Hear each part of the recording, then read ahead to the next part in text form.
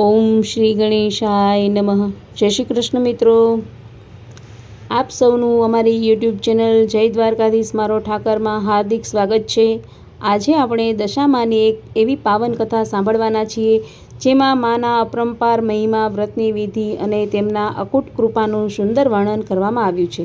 ભક્તિ અને શ્રદ્ધાપૂર્વક આ કથા સાંભળવાથી મનને શાંતિ મળે છે અને માના આશીર્વાદની અનુભૂતિ થાય છે. તો આવો શ્રદ્ધાભાવથી દશામાનું સ્મરણ કરીને શરૂ કરીએ આ પવિત્ર કથા.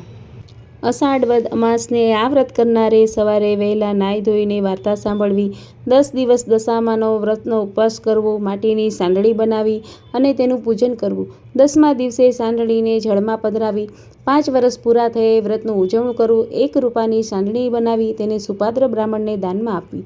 તો ચાલો હવે આપણે શરૂ કરીએ દશામાની વ્રત કથા. અષાઢ મહિનો આવ્યો છે, દિવાસાનો દિવસ આવ્યો. બધી બહેનો દશામાનું વ્રત કરે અને નદીમાં નાહવા જાય. નદીને કાંઠે રાજાનું રાજભવન હતું. રાણીએ દાસીને પૂછ્યું કે ઓ બહેનો, શાના વ્રત કરો છો? દાસીએ નદીને આરે ગઈ અને પૂછ્યું કે બહેનો, તમે શાના વ્રત કરો છો? બહેનોએ કહ્યું કે દશામાના. એ વ્રત સી રીતે થાય? દાસીએ પૂછ્યું. બહેનોએ કહ્યું કે 10 સૂતરના તાંતણા લેવા, તેને 10 ગાંઠો વાળવી અને દોરાને કંકુ દેવું. દાસી રાજભવનમાં આવી અને રાણીને બધી વાત કરી.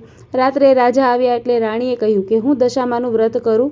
રાજા કહે કે વ્રતથી શો લાભ થાય? રાણી કહે નિર્ધનને ધન મળે, પુત્રને પરિવાર વધે.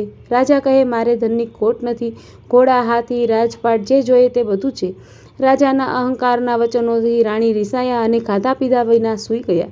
રાત્રે દશામાં આવ્યા અને બધા રાજમાં ફરી વળ્યા. સવારનો પહોર થયો, રાજ્યમાં અંધાધૂંધી થવા માંડી. ભંડારમાં પૈસો ના મળે, કોઠારમાં જોવા જાય તો અનાજનો દાણો ન મળે. ગામની પ્રજા રાજાને કહેવા માંડી કે હવે તમે પહેરે કપડે બહાર નીકળો, તમારા રાજમાં માઠી દશા બેસશે. રાજા રાણી ત્યાંથી ચાલી નીકળ્યા અને ગામને પાદર ફૂલવાડીમાં બેઠા. ત્યાં ફૂલવાડી સુકાઈને ઝાખરું બની ગઈ. રાણી કહે કે આપણી દશા કઠણ છે, હવે આપણે અહીં રહેવામાં સાર નથી. રાજા રાણી ત્યાંથી ચાલી નીકળ્યા. આગળ જતાં કુંવરને ભૂખ લાગી. એટલામાં રાણીની બહેનપણીનું ઘર આવ્યું. રાણી કહે બહેન, બટકું રોટલો આપીશ? જા રાણ ભિખારણ, મારા રાજ્યમાં બટકું રોટલો લેવા આવી છે, લાજ નથી આવતી? બહેનપણીએ આવું કહ્યું. તેઓ ત્યાંથી આગળ ચાલ્યા. કુંવરને તરસ લાગી. રાણી બંને રાજકુંવરોને લઈને વાવમાં પાણી પીવડાવવા જાય છે. ત્યાં તો બંને રાજકુંવરોને દશામાએ વાવમાં ખેંચી લીધા. રાણી રોતી અને કલ્પાંત કરતી રાજા પાસે આવી અને કહ્યું મારા બંને દીકરા વાવમાં પડી ગયા. રાજા કહે કલ્પાંત શા માટે કરો છો? જેના હતા તેને લઈ લીધા. ત્યાંથી તેઓ આગળ ચાલ્યા. એટલામાં રાજાની બહેનનું ગામ આવ્યું. રાજા કહે કે આ તો મારી બહેનનું ગામ છે, તેને મળ્યા વિના કેમ જવાય? ગામમાં પખાલી સાથે કેવડાવ્યું કે તમારા ભાઈ ભોજાઈ મળવા આવ્યા છે. બહેન કહે છે મારા ભાઈ ભોજાઈ એમ આવે નહીં. વળી બહેને વિચાર કર્યો કે ભાઈની કઠણ દશા હોય તો આવ્યા પણ હોય, નહીં તો ઘોડાગાડી, રથ, પાલખી વિના કેમ આવે? બહેને સુખડી બનાવી અને સાવ સોનાનું સાંકડું લીધું અને માટલીમાં મોકલી દીધું. પરંતુ જ્યારે રાજાએ માટલી ઉઘાડી ત્યારે સુખડી કોલસા થઈ ગઈ અને સાંકડું સાફ થઈ ગયો. રાજાએ વિચાર્યું કે મા જણી બહેન મને મારી નાખવા રાજી ના હોય, આ દશામાના ખેલ છે. તેમણે માટલીને ભોયમાં ભંડારીને આગળ ચાલ્યા. આગળ મોટી નદી આવી. કાંઠે ચીબડાના વાડા હતા. રાણીએ ખેડૂતને કહ્યું કે ભાઈ, અમને બહુ ભૂખ લાગી છે, એક ચીબડું ખાવા આપો તો સારું. ખેડૂતે એક ચીબડું આપ્યું. સૂર્યનારાયણ અસ્ત થયા પછી ખાવું નહીં એવું નિયમ હતું, તેથી ચીબડું રથમાં મૂકી તેઓ સૂઈ ગયા. ત્યાં તો અજાણ્યા સૈનિકો આવ્યા. પાસેના બીજા ગામના રાજાનો કુંવર રિસાઈને મોસાળમાં નાસી ગયો હતો, તેથી તે રાજાએ અહીં શોધ કરવા માટે સૈનિકોને મોકલ્યા હતા. રથમાં જે ચીબડું હતું તે અચાનક કુંવરનું માથું થઈ ગયું. સૈનિકો શોધતા શોધતા રથ સુધી આવ્યા અને રથમાં કુંવરનું માથું જોયું, તેથી સૈનિકો તેઓને બંનેને માર મારીને પોતાના રાજા પાસે ખેંચી ગયા.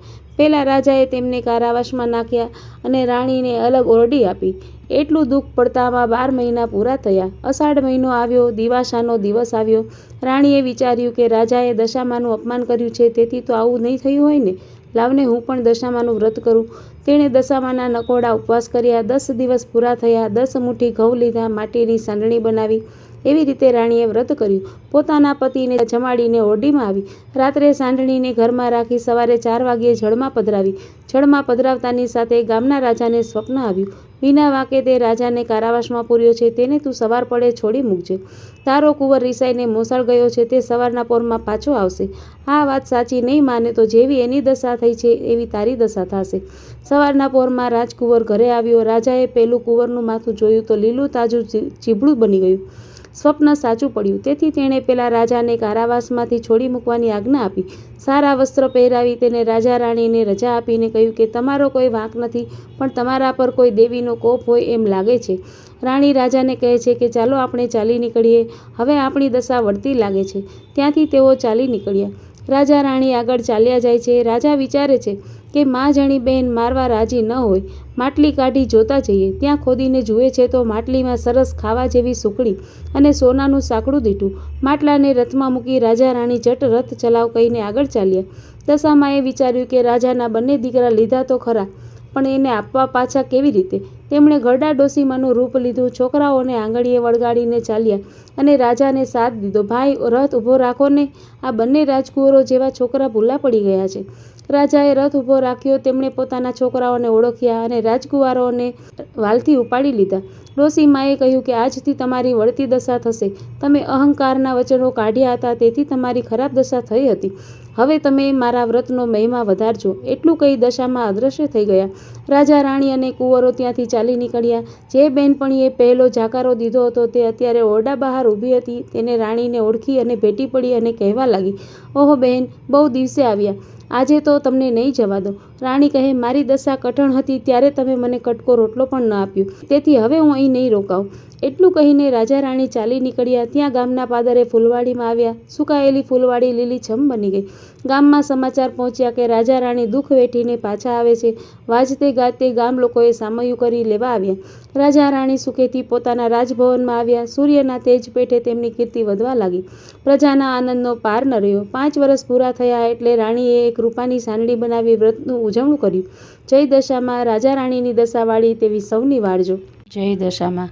દશામાની આ પવિત્ર કથા અહીં પૂર્ણ થાય છે. આશા છે કે આપ સૌએ ભક્તિભાવથી આ કથા સાંભળી હશે. મા દશામાં આપના જીવનમાં સુખ, શાંતિ અને સમૃદ્ધિ સદાય વરસાવતા રહે. જો આ વિડીયો આપને ગમ્યો હોય તો તેને લાઈક કરજો. તમારા પરિવાર અને મિત્રો સાથે જરૂરથી શેર કરો. આવી જ પવિત્ર ધાર્મિક વાર્તાઓ અને ભક્તિમય વિડીયો જોવા માટે અમારી ચેનલ જય દ્વારકાધીશ મારો ઠાકરને સબસ્ક્રાઈબ કરજો. બેલ આઇકન દબાવવાનું ભૂલશો નહીં, જેથી આવનાર વિડીયો આપને તુરંત મળી રહે. આવજો. ફરી મળીશું એક નવી પવિત્ર કથા સાથે. જય દશામાં. જય શ્રી કૃષ્ણ.